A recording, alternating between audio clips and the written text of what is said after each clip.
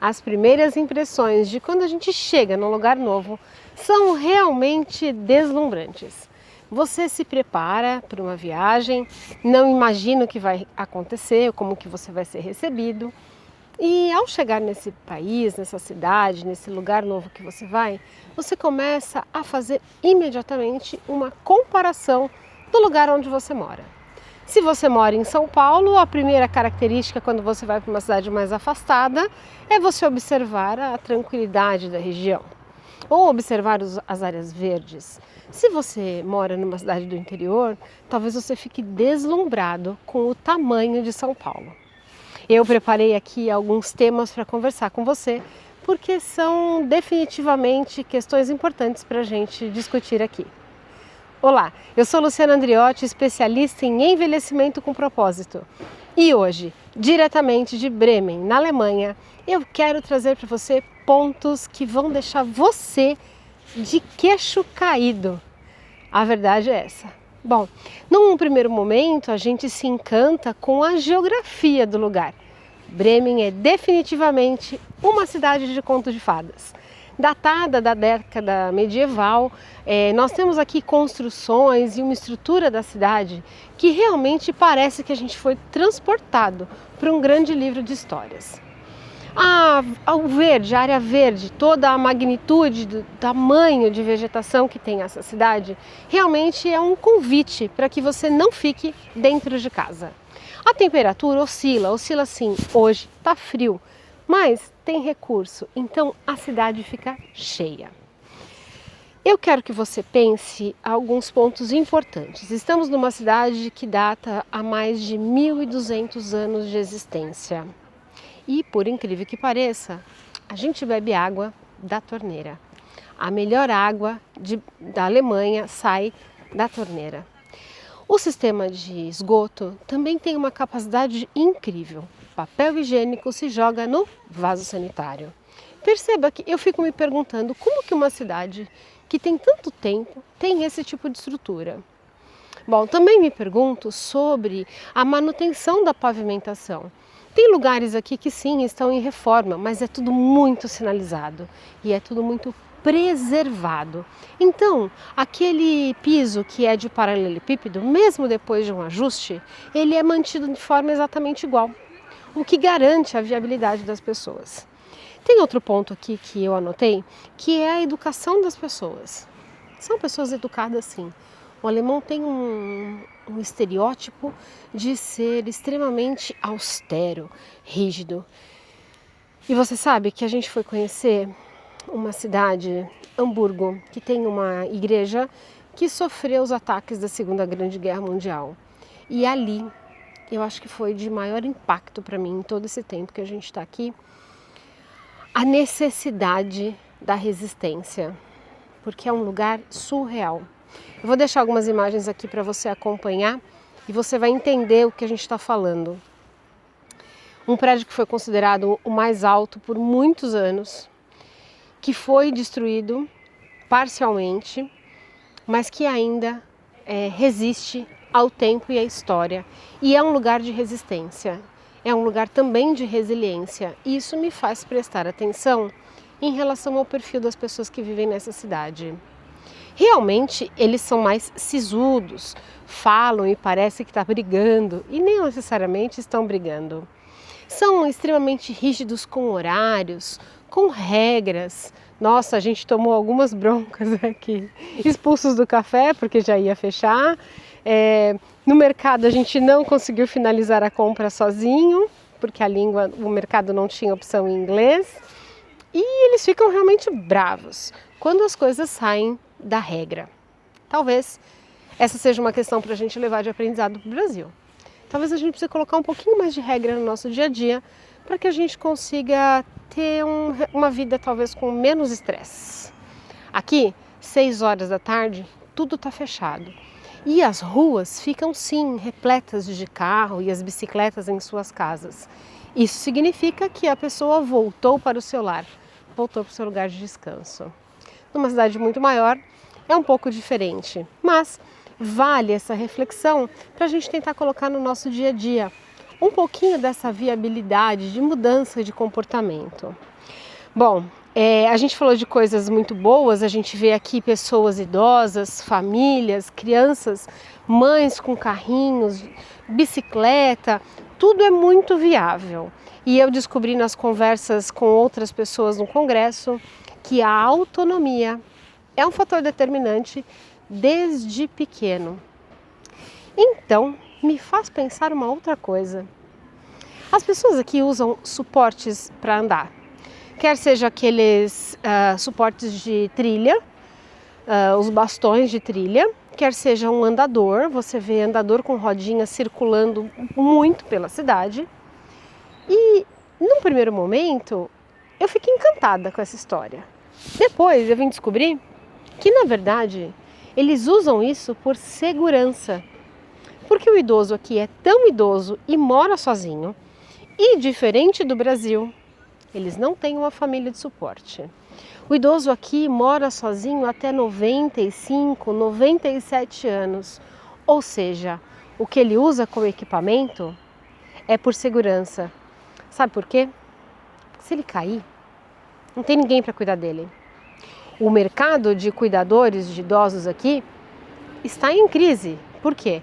Porque os cuidadores antigos estão se aposentando. E não tem muita gente nova trabalhando com isso.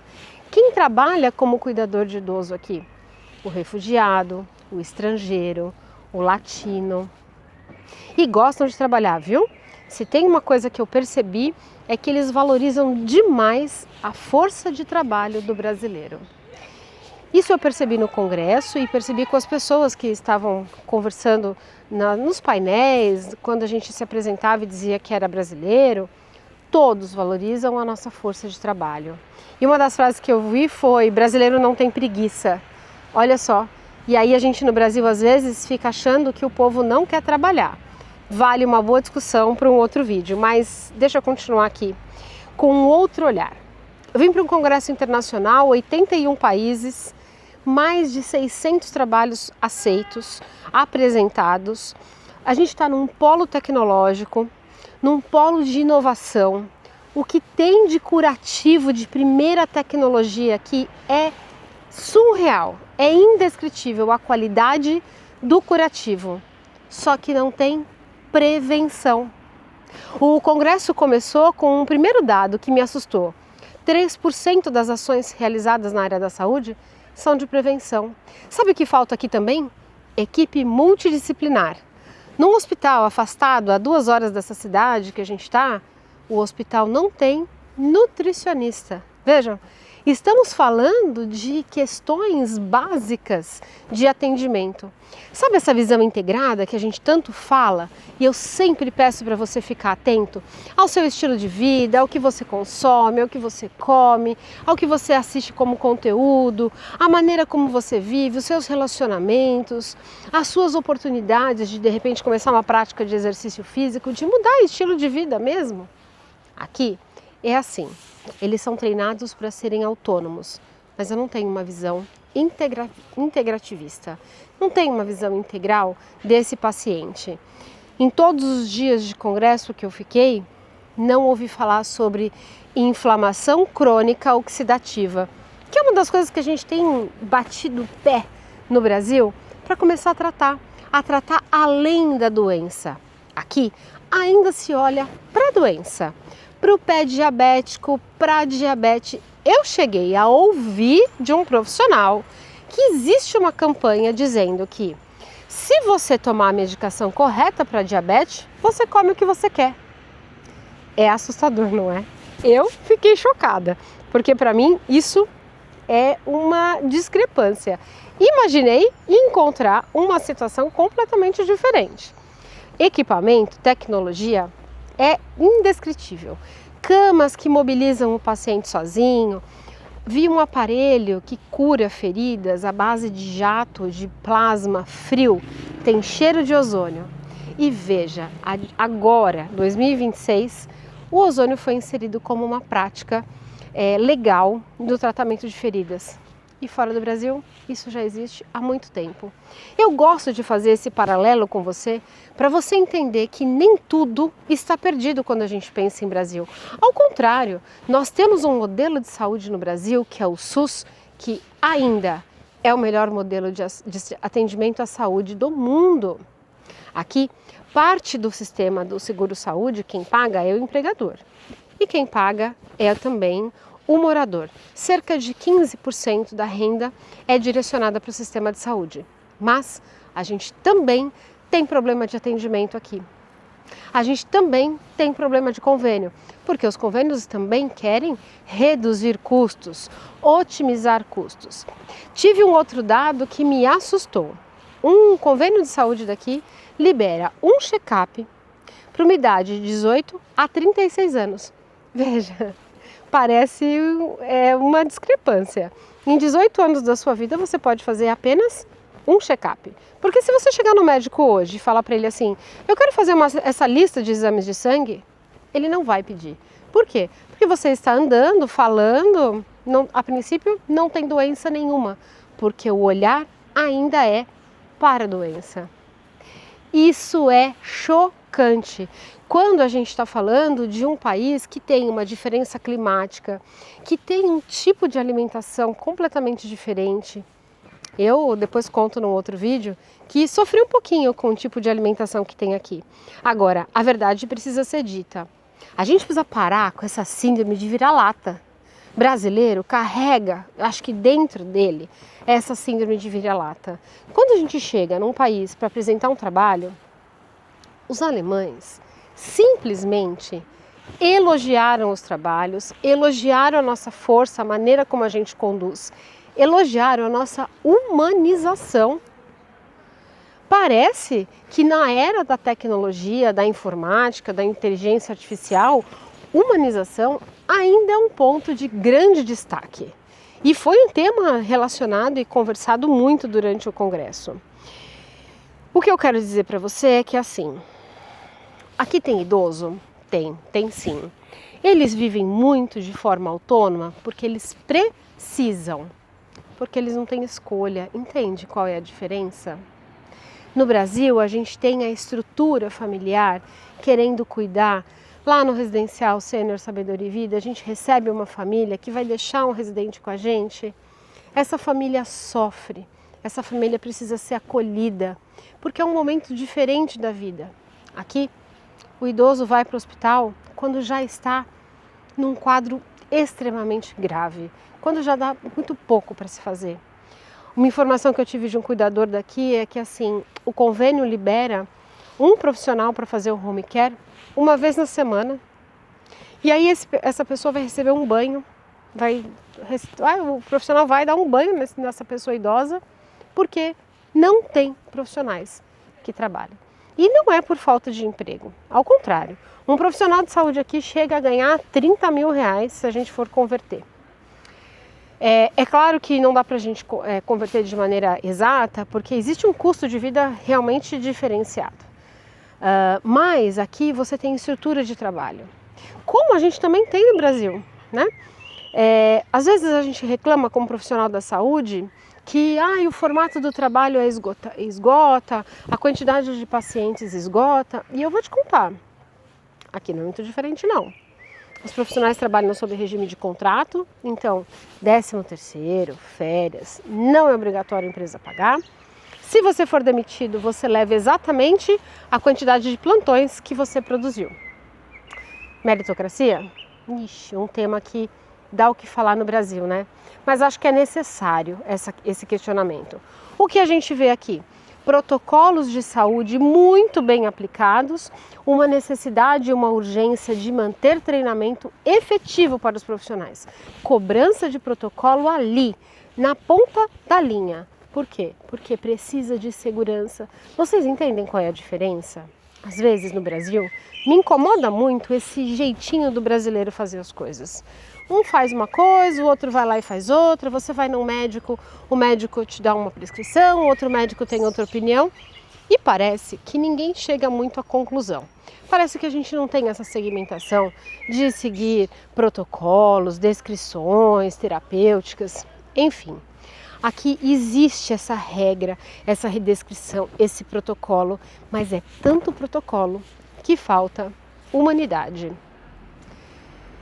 Você sabe que eu fico pensando que a gente reclama de barriga cheia. Num lugar onde a gente não tem dificuldade climática, num lugar onde a gente tem sol e calor a maior parte do ano, num lugar onde a gente tem recursos sim, e o que falta para o brasileiro é informação.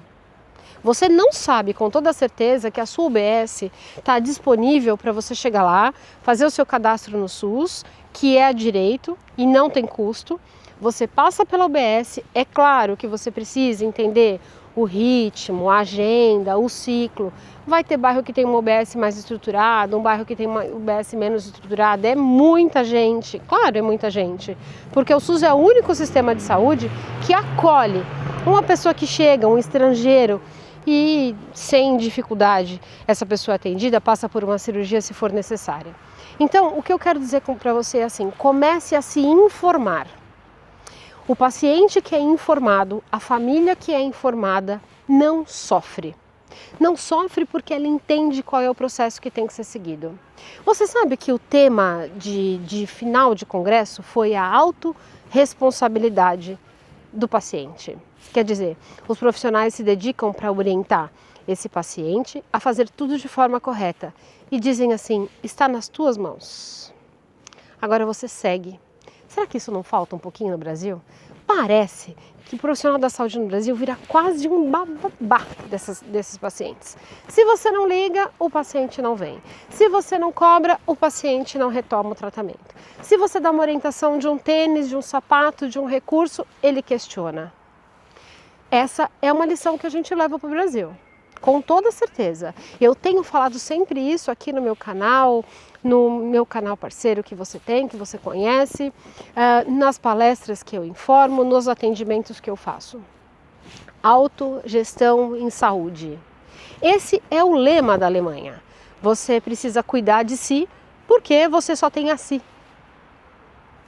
Então, fica de reflexão, repensa, começa a desenvolver um olhar diferente para o Brasil. Se você não sabe de informação, vai atrás, mas para de reclamar. Porque eu tenho certeza que você tem muitas oportunidades de cuidar da sua saúde. E talvez esteja faltando um pouquinho de olhar para si mesma. Bom, se você continua me seguindo, é porque você gosta dos meus conteúdos. Então, eu peço que você se inscreva no meu canal, curte, compartilha, vai lá, coloca no grupo da família, dizendo que eu estou com um vídeo diretamente da Alemanha. Quem sabe, por curiosidade, essa pessoa começa a repensar sobre a saúde dela. E fica comigo até o próximo vídeo.